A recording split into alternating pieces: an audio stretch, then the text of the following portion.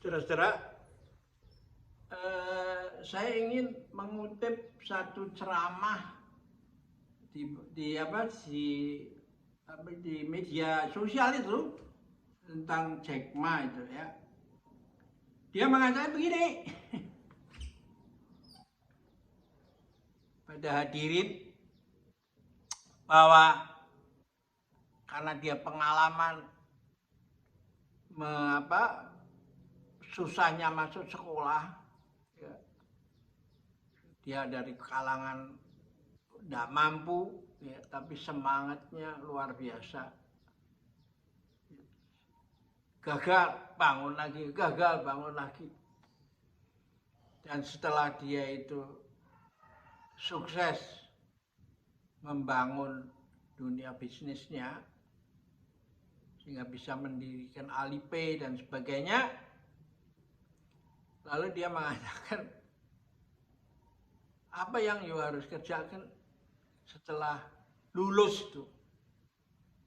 Dia mengatakan, yang pertama you harus kerjakan itu adalah you punya ijazah itu dibakar dulu.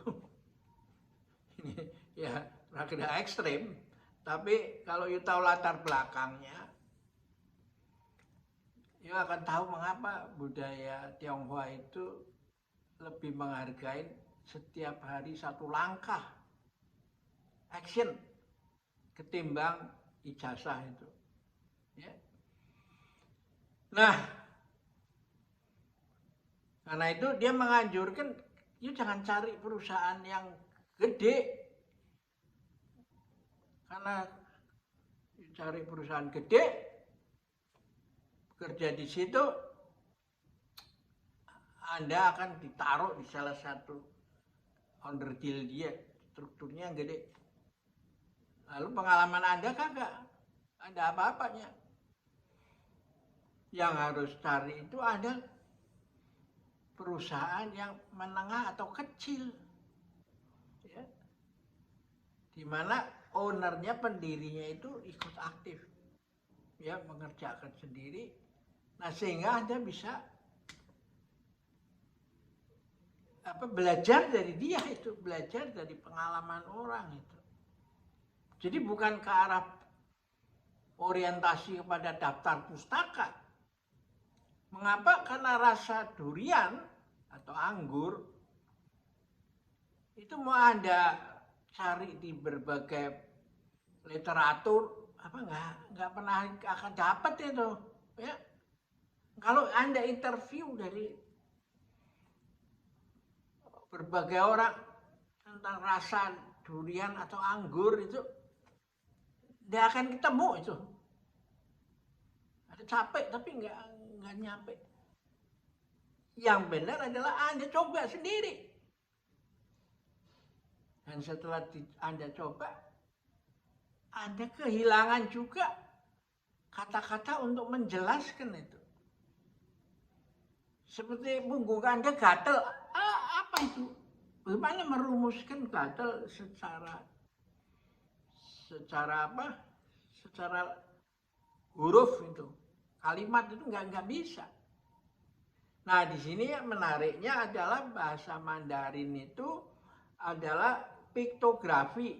Jadi kalau mulut digambar ya kayak kotak gitu. Ya. Kalau kata-kata jujur ya dikasih garis tengah itu. Jadi mulutnya ngomongnya di tengah, ya, jangan pihak sini atau pihak, kebenaran ada di tengah itu. Ya. Dari situ makanya budaya Tionghoa itu lebih banyak kepada praksis itu. Bagaimana Anda pengalaman? Karena dengan pengalaman itu Anda bisa memperbaiki kesalahan, kekurangan. Ya. Kalau Anda tidak ada pengalaman, semuanya ada di pikiran, di konsep, apa yang mau diperbaiki? Ya. Nah, di kita ini kan menarik ini. Bertahun-tahun kita berdebat tentang ijazah palsu sama ijazah asli. Nah, kalau Anda sudah mempunyai sertifikat ikut kursus masak. Apakah Anda dengan sertifikat itu bisa melamar ke sebuah restoran untuk menjadi koki di situ? Nggak bisa. Kecuali Anda disuruh masak dan disuruh oleh testernya diuji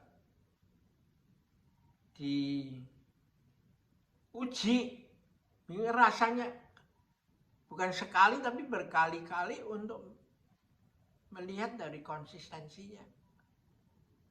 Kalau Anda bawa sertifikat itu nggak dianggap gitu, ya.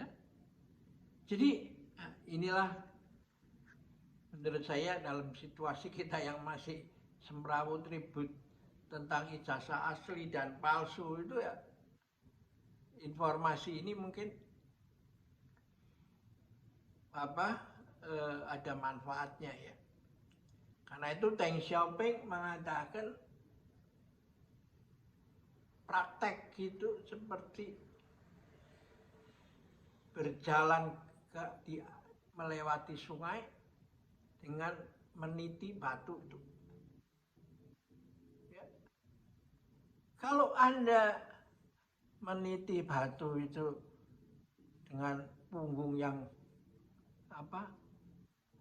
isinya buku-buku, literatur, catatan, kontak profesor siapa atau siapa yang masih ditelepon kalau susah, ya Anda sudah keceblos tenggelam di sungai kan. Jadi harus itu semua ditinggalkan itu, ya. Nah, di dalam hal yang seringkali untuk menjelaskan supaya Anda menjadi gamblang itu, ya, Jack Ma menggunakan kata ya dibakar itu punya